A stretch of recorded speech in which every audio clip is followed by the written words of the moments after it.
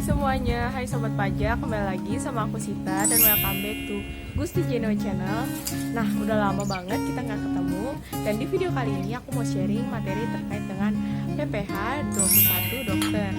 Untuk itu, perhitungannya tuh seru banget loh, dan teman-teman yang mau tahu selengkapnya, kita simak videonya. Jadi, Sobat Pajak, dasar hukumnya adalah Kementerian Keuangan Republik Indonesia Direktorat Jenderal Pajak Salinan Peraturan Direktur Jenderal Pajak Nomor Per 16 yang mengatur tentang pedoman teknis tata cara pemotongan, penyetoran, dan pelaporan pajak, penghasilan pasal 21 dan atau pajak penghasilan pasal 26, berhubungan dengan pekerjaan, jasa, dan kegiatan orang pribadi, yang dimana sini kita membahas tentang contoh perhitungan PPH pasal 21 atas penghasilan yang diterima oleh bukan pegawai yang menerima penghasilan yang bersifat berkesinambungan, dan juga contoh perhitungan PPH pasal 21 atas jasa dokter yang praktik di rumah sakit dan atau klinik. Untuk itu kita langsung masuk ke contoh perhitungannya. Sobat Pajak, berikut contoh kasusnya. Dr. Sheryl merupakan dokter spesialis kebidanan dan kandungan yang melakukan praktik di salah satu rumah sakit di Jakarta dengan perjanjian bahwa atas setiap jasa dokter yang dibayarkan oleh pasien akan dipotong 20% oleh pihak rumah sakit sebagai bagian penghasilan dari rumah sakit, dan sisa 80% dari jasa dokter tersebut dibayarkan untuk Dr. Sheryl pada akhir bulan. Selain praktik di rumah sakit, Dr. Sheryl juga melakukan praktik sendiri di klinik pribadinya. Dr. Sheryl sudah mempunyai NPWP pada tahun 2016. Jasa dokter yang dibayarkan pasien dari praktik Dr. Sheryl di rumah sakit di Jakarta adalah sebagai berikut. Itu adalah tabel penghasilan 1 tahun yang diterima Dr. Sheryl dari rumah sakit. Bulan Januari ada 45 juta, Februari 49 juta, hingga bulan Desember yaitu 40 juta, dan jumlahnya dalam 1 tahun ada 524 juta. Untuk itu kita langsung ke cara penghitungannya. Berikut kita langsung masuk perhitungannya. Di sini ada kolom bulan, kemudian ada kolom penghasilannya, kemudian ada kolom DPP atau dasar pemotongan pasal 21-nya, kemudian ada penghasilan kumulatif, ada tarif pajak atau pasal 17, kemudian ada PPH 21 terutang. Kita mulai dari bulan Januari, dia mendapat penghasilan 45 juta, DPP-nya 50% dari penghasilan, berarti 45 juta bagi 2 itu 22.500.000. Kemudian kumulatifnya kita tulis lagi 22.500.000. Tarif pajaknya masih 5%, dan untuk PPH terutangnya adalah 5% dikali DPP, yaitu 5% dikali 22.500.000 adalah 1.125.000. Kemudian bulan Februari dia mendapat penghasilan 49 juta. 50% dari 49 juta adalah 24.500.000. Kemudian penghasilan kumulatifnya adalah 22.500.000 ditambah 24.500.000. Hasilnya 47 juta.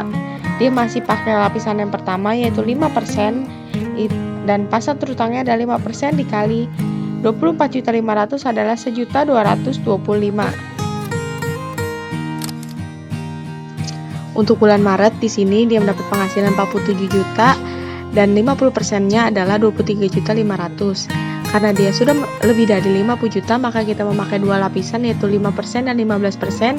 Untuk yang pertama 5% kita kurangkan 50 juta dikurang 47 juta adalah 3 juta. Untuk lapisan yang pertama memakai 5%, dan 5% ke 3 juta adalah 150.000. Kemudian untuk yang 15% adalah sisanya tadi sudah 3 juta. Untuk mencapai 23 juta adalah 20.500.000. Kemudian 20.500.000 kita tambahkan dengan 50 juta, sisa 70.500.000, memakai 15% karena dia udah di atas 50 juta.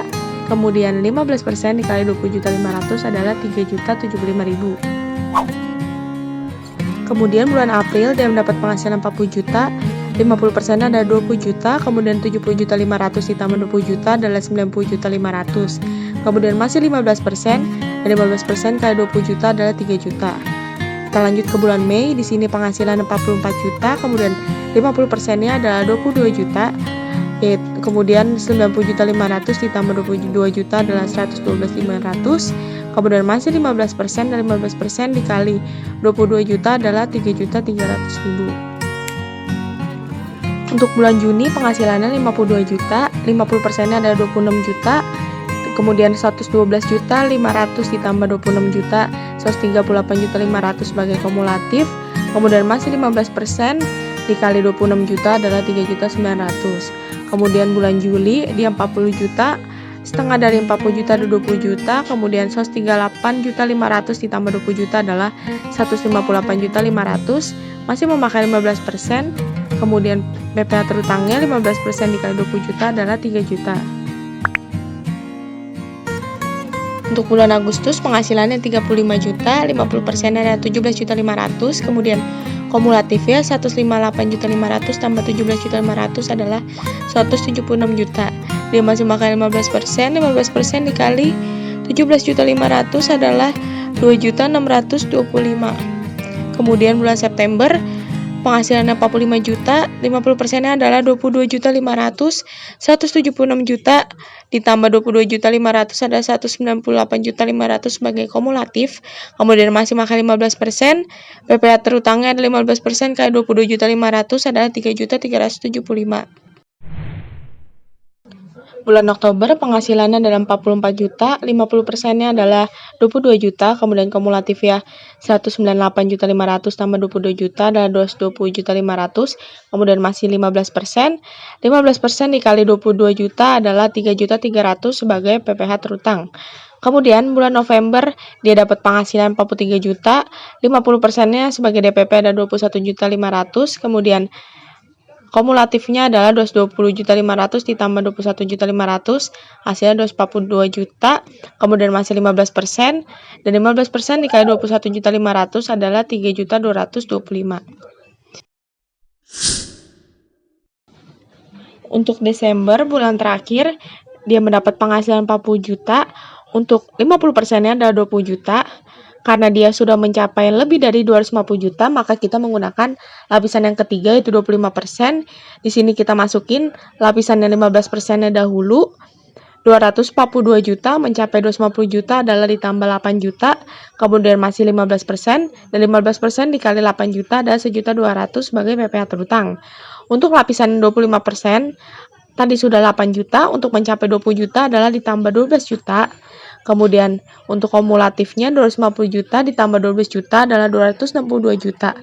Kemudian tarifnya 25% dan pasal terutangnya adalah 25% dikali 12 juta adalah 3 juta rupiah.